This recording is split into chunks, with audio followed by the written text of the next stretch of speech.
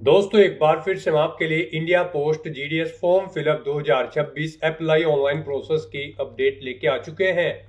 किस तरह से आप इंडिया पोस्ट डिपार्टमेंट ग्रामीण डाक सेवक जीडीएस के 28,740 खाली पदों के लिए अपने फॉर्म अप्लाई कर सकते हो। यहाँ पर रजिस्ट्रेशन इसके लिए क्लोज हो चुके हैं। आप आज से लॉग इन करते हुए अपना फॉर्म अप्लाई कर सकते हो। अंतिम मौका है, केवल यहाँ पर एक दिन शेष रह गया है। जी हाँ दोस्तों, यहाँ पर 16 फरवरी 2026 तक आप अपना फॉर्म अप्लाई कर सकते हो। जिन कैंडिडेट ने यहाँ पर पहले से रजिस्ट्रेशन कर रखा है वो 16 फरवरी 2026 शाम 5 बजे तक अपना फॉर्म अप्लाई कर सकते हो। आप अंतिम समय का वेट न करें, अभी से अपना फॉर्म अप्लाई कर ले। आखिरी समय में कोई भी टेक्निकल प्रॉब्लम हो सकती है। अंतिम समय में फॉर्म भरते समय आपको कोई भी यहाँ पर गलती या फिर मिस्टेक नहीं करनी होगी, नहीं तो आपका फॉर्म भी रिजेक्ट हो सकता है। आपका यहाँ पर रजिस्ट्रेशन क्लोज हो चुका है। आप डायरेक्टली लॉगिन करते हुए अपना फॉर्म अप्लाई कर सकते हो। लॉगिन करते हुए फॉर्म भरने का पूरा प्रोसीजर हम आपको इस वीडियो में दिखाएंगे, तो आपको ये वीडियो शुरू से लेके एंड तक बिना स्किप किए हुए देखनी होगी। इस वीडियो को पूरा देखने पर ही आपके सभी सवाल और डाउट क्लियर होंगे।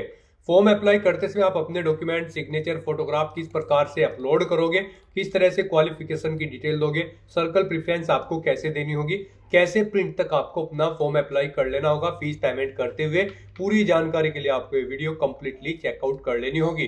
तो चलिए दोस्तों, बिना कोई वक्त गंवाए शुरू करते हैं India post GDS form fill up की पूरी जानकारी। फॉर्म भरने से पहले आपको सबसे पहले हमारी वेबसाइट IND सरकारी नौकरी के इस पेज पर विजिट करना होगा, जिसका लिंक आपको नीचे description plus first comment box में मिल जाएगा। और हमारे इस पेज पर विजिट करके आप यहां से इंडिया पोस्ट जीडीएस का फॉर्म अप्लाई कर सकते हो।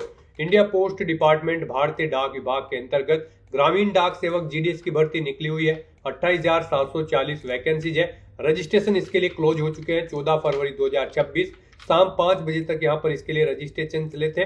जिन कैंडिडेट ने पहले से रजिस्ट्रेशन कर रखा है तो उनके पास एक और मौका है फॉर्म अप्लाई करने का। आप डायरेक्टली लॉगिन करते हुए 16 फरवरी 2026 शाम 5 बजे तक अपना फॉर्म अप्लाई कर सकते हो। जिन कैंडिडेट ने यहाँ पर रजिस्ट्रेशन कर रखा है उनके पास एक और यहाँ पर मौका है, बड़ा अवसर है। 16 फरवरी तक आप अपना फॉर्म अप्लाई कर ले। लास्ट डेट की अपडेट है, अंतिम मौका है, केवल एक दिन शेष रह गया है। यहाँ पर करेक्शन भी आप 18 से 19 फरवरी तक कर सकते हो। 12,000 से 29,380, 10,000 से 24,470 सैलरी है। 10वीं पास अप्लाई कर सकते हैं। 18 से 40 वर्ष आयु सीमा है। 100 रुपए फीस है। SC/ST फीमेल को फीस जमा नहीं करनी होगी। ऑनलाइन मोड से आप फीस पेमेंट करोगे। बिना परीक्षा की भर्ती है। मेरिट लिस्ट के आधार पर सिलेक्शन होगा। ऑनलाइन आप ऑल इंडिया से अप्लाई कर सकते हो। indiapost.gov.in/GDS ऑनलाइन एंगेजमेंट, इस पोर्टल से आप फॉर्म अप्लाई कर सकते हो। इंपोर्टेंट लिंक सेक्शन के अंतर्गत ऑफिशियल नोटिफिकेशन PDF लिंक पर क्लिक करके आप इसकी PDF डाउनलोड कर सकते हो। यहाँ पर आपको आवेदन करने की डेट देखने को मिल जाएगी, एलिजिबिलिटी क्राइटेरिया, साथ ही साथ यहाँ पर आपको age relaxation, how to apply procedure, complete detail देखने को मिल जाएगी। तो आवेदन करने से पहले आपको नोटिफिकेशन की PDF पूरा पढ़ना अनिवार्य है। इसको पूरा पढ़ने से ही आपके सभी सवाल और डाउट क्लियर होंगे। PDF रीड आउट करने के बाद में आपको अप्लाई ऑनलाइन के इस लिंक पर क्लिक करना होगा। तो आपके सामने कुछ इस तरह से ऑनलाइन आवेदन करने का ये पोर्टल ओपन हो जाएगा। जिन कैंडिडेट ने यहाँ पर पहले से रजिस्ट्रेशन कर रखा है केवल वही अप्लाई कर सकते हैं। यहाँ पर आने के बाद आपको क्लिक है टू रजिस्टर अप्लाई की टैब पर क्लिक करना होगा। यहाँ पर आपको कैंडिडेट लॉगिन की टैब पर क्लिक करना होगा। प्रोसीड टू लॉगिन की टैब पर क्लिक करना होगा। फिर आपके सामने कुछ इस तरह से इंटरफेस शो होगा। अब आपको यहाँ पर अपनी यूजर आईडी एंटर करनी है, अपना पासवर्ड आपको एंटर करना है जो आपके मोबाइल नंबर पर आया है। ये यूजर आईडी और पासवर्ड आपके मोबाइल नंबर पर आए होंगे, आपको इन्हें एंटर करना है और फिर आपको लॉगिन के इस टैब पर क्लिक करते हुए आपको अपने डैशबोर्ड में लॉगिन कर लेना है। और गाइज, अगर आप अपना पासवर्ड भूल चुके हो तो आप फॉरगॉट/रीसेट पासवर्ड के ऑप्शन पर क्लिक करके अपना पासवर्ड रीसेट कर सकते हो और उसका यूज करके फिर आप यहाँ पर लॉगिन कर सकते हो। लॉगिन के ऑप्शन पर क्लिक करने के बाद आपके सामने कुछ इस तरह से पॉपअप शो होगा। अब गाइज, यहाँ पर आपके रजिस्टर्ड मोबाइल नंबर पर एक OTP गया होगा, वो OTP आपको यहाँ पर एंटर करना है और उसके बाद फिर आपको वेरीफाई एंड लॉगिन के इस ऑप्शन पर क्लिक करना है। लॉगिन करने के बाद आपके सामने आपका डैशबोर्ड कुछ इस तरह से शो होगा। अब गाइज, यहाँ पर आपको अपना GDS का फॉर्म अप्लाई करने के लिए अप्लाई के ये ऑप्शन दिया गया है, आप इस पर क्लिक करें और अपना फॉर्म अप्लाई कर लें, या फिर आपको यहाँ पर अप्लाई ऑनलाइन की ये टैब दी गई है, इस पर क्लिक करके भी आप अपना फॉर्म अप्लाई कर सकते हो। तो यहाँ पर अब आपको अप्लाई के इस ऑप्शन पर क्लिक करना है अपना GDS का फॉर्म अप्लाई करने के लिए। फिर आपके सामने कुछ इस तरह से इंटरफेस ओपन होगा। अब यहाँ पर आपको सिलेक्ट नोटिफिकेशन के इस सेक्शन में ग्रामीण डाक सेवक GDS ऑनलाइन एंगेजमेंट शेड्यूल 1 जनवरी 2026 ऑप्शन सिलेक्ट करना है उसके बाद आपके सामने कुछ इस तरह से इंटरफेस शो होगा। यहाँ पर आपका फॉर्म स्टार्ट हो चुका है। गाइज आपको 4 स्टेप में अपना फॉर्म कंप्लीट करना है। सबसे पहले आपको अपनी पर्सनल डिटेल देनी है, फिर आपको अपनी एजुकेशनल क्वालिफिकेशन की डिटेल देनी है, उसके बाद आपको अपनी पोस्ट प्रेफरेंस देनी है और फिर यहाँ पर आपको अपना फोटो और सिग्नेचर अपलोड करने हैं। तो इन 4 स्टेप को आपको यहाँ पर 1 बाय 1 करके कंप्लीट करना है। तो सबसे पहले यहाँ पर आपको अपनी पर्सनल इंफॉर्मेशन देनी है। इसमें आपको यहाँ पर आपकी कुछ बेसिक डिटेल्स ऑटोमेटिकली फिर मिलेगी जो आपने यहाँ पर रजिस्ट्रेशन टाइम पर प्रोवाइड कराई थी। अब आपको इस पेज को नीचे स्क्रॉल डाउन करना है। यहाँ पर ऊपर आपको आपकी बेसिक इन्फॉर्मेशन मिल जाएगी, जैसे कि आपका नाम, आपके फादर का नाम, आपकी मदर का नाम, आपका मोबाइल नंबर, ईमेल आईडी। ये डिटेल्स आपको ऑटोमेटिकली फिर मिलेगी जो आपने रजिस्ट्रेशन टाइम पे प्रोवाइड कराई थी। अब आपको इस पेज को नीचे स्क्रॉल डाउन करके अदर डिटेल के सेक्शन में आना है और फिर यहाँ पर आपको अपना मैरिटल स्टेटस सेलेक्ट कर लेना है। आप मैरिड हो या फिर अनमैरिड या फिर डाइवोर्स, आप अपने अकॉर्डिंग ऑप्शन सेलेक्ट करेंगे। अनमैरिड हो तो आप सिंगल ऑप्शन सेलेक्ट करेंगे। उसके बाद आपसे पूछा गया है कि क्या आप PWBD कैंडिडेट हैं। अगर हैं तो आप यस ऑप्शन सेलेक्ट करेंगे। अपनी PWBD कैटेगरी सेलेक्ट करेंगे। सब कैटेगरी आप सेलेक्ट करेंगे। इस तरह से आपको अपनी PWBD की डिटेल देनी होगी। और अगर आप PWBD कैंडिडेट नहीं है तो आप सिंपली यहाँ पर नो ऑप्शन सेलेक्ट करेंगे। फिर आपको आगे की डिटेल नहीं देनी होगी। उसके बाद यहाँ पर आपको अपनी एम्प्लॉयमेंट डिटेल प्रोवाइड करनी है। यहाँ पर आपसे पूछा गया है कि क्या आप एम्प्लॉय हैं। अगर हैं तो आप यस ऑप्शन सेलेक्ट करेंगे।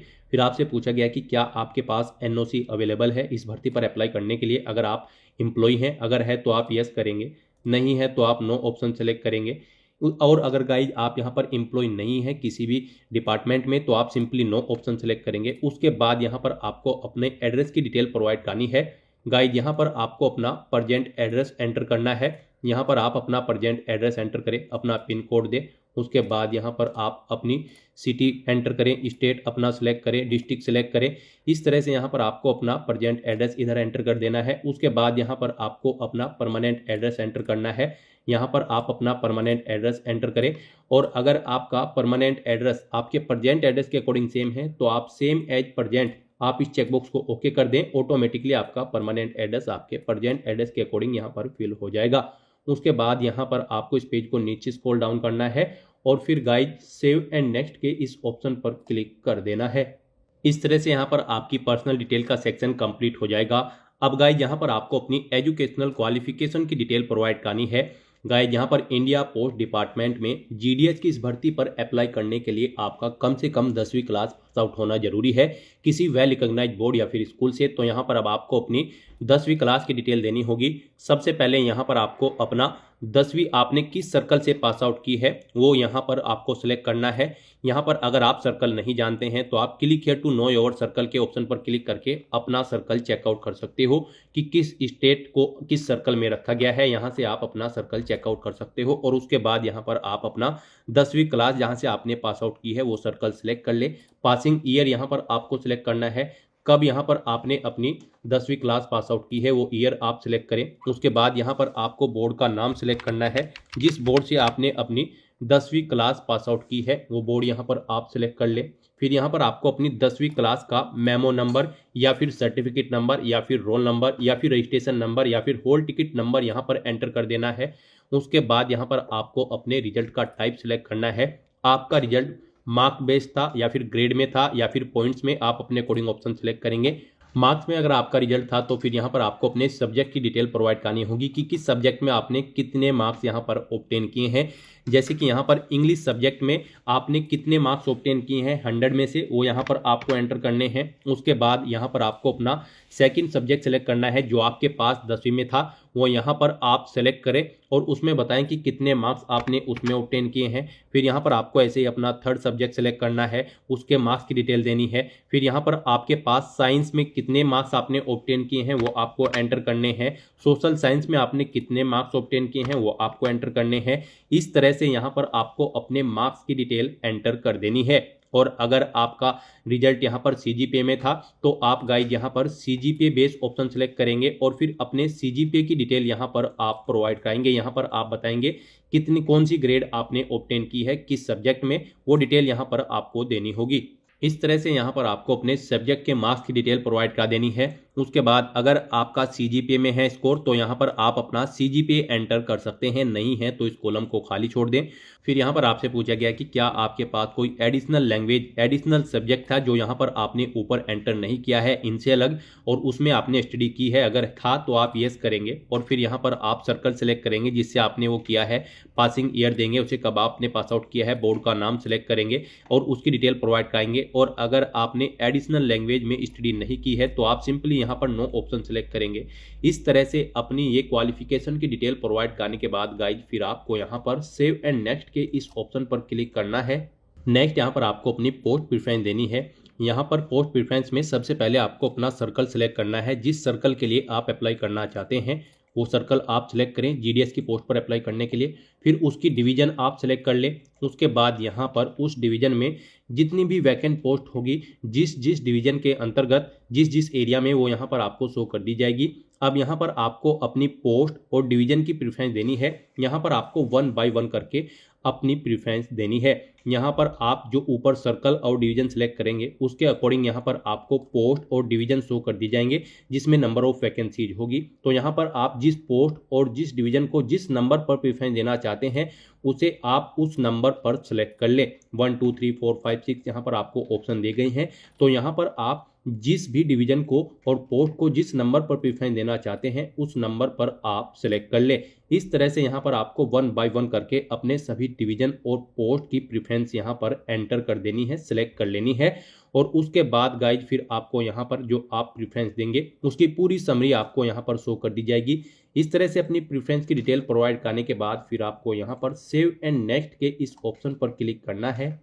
नेक्स्ट यहाँ पर आपको अपना फोटो और सिग्नेचर अपलोड करने हैं। आपको अपना रिसेंट पासपोर्ट साइज फोटो और सिग्नेचर यहाँ पर अपलोड करने होंगे। इनके लिए आपको गाइडलाइन दी गई है। आपको ऑफिशियल नोटिफिकेशन पर जाना है इस भर्ती के और यहाँ पर आप गाइडलाइन चेकआउट कर सकते हो। आपका फोटो JPG या फिर JPG फॉर्मेट में होना चाहिए, 30 KB से 100 KB के बीच में होना चाहिए, डायमेंशन उसकी 320 × 400 पिक्सल होनी चाहिए, DPI 72 से 150 होनी चाहिए और जो आपके सिग्नेचर होंगे गाइड यहाँ पर वो ब्लैक या फिर ब्लू पेन से होने चाहिए। कैपिटल लेटर्स में आपके सिग्नेचर नहीं होने चाहिए। व्हाइट पेपर पर आपको अपने सिग्नेचर करने होंगे। JPG या फिर JPG फॉर्मेट में होने चाहिए, 20 KB से 100 KB के बीच में होने चाहिए, डायमेंशन उनकी 300 × 120 पिक्सल होनी चाहिए। तो यहाँ पर उनका DPI भी 72 से 150 के बीच में होना चाहिए। एक व्हाइट पेपर पर ब्लैक या ब्लू पेन से आपको अपने सिग्नेचर करने हैं। तो यहाँ पर आपको अपना फोटो और सिग्नेचर अपलोड करने के लिए चूज फाइल के ऑप्शन पर क्लिक करना है, फाइल को सिलेक्ट कर लेना है और 1 बाय 1 करके आपको अपना फोटो और सिग्नेचर यहाँ पर अपलोड कर देने हैं। गाइज यहाँ पर अगर आपको अपना फोटो और सिग्नेचर अपलोड करते हुए कोई प्रॉब्लम फेस हो रही है, आपकी फाइल का साइज या फिर फाइल का टाइप आपसे नहीं बन पा रहा है, तो उसके लिए हम आपको प्रोसेस बता देते हैं कि कैसे यहाँ पर आपको दी गई गाइडलाइंस के अकॉर्डिंग अपना फोटो और सिग्नेचर रेडी करने हैं।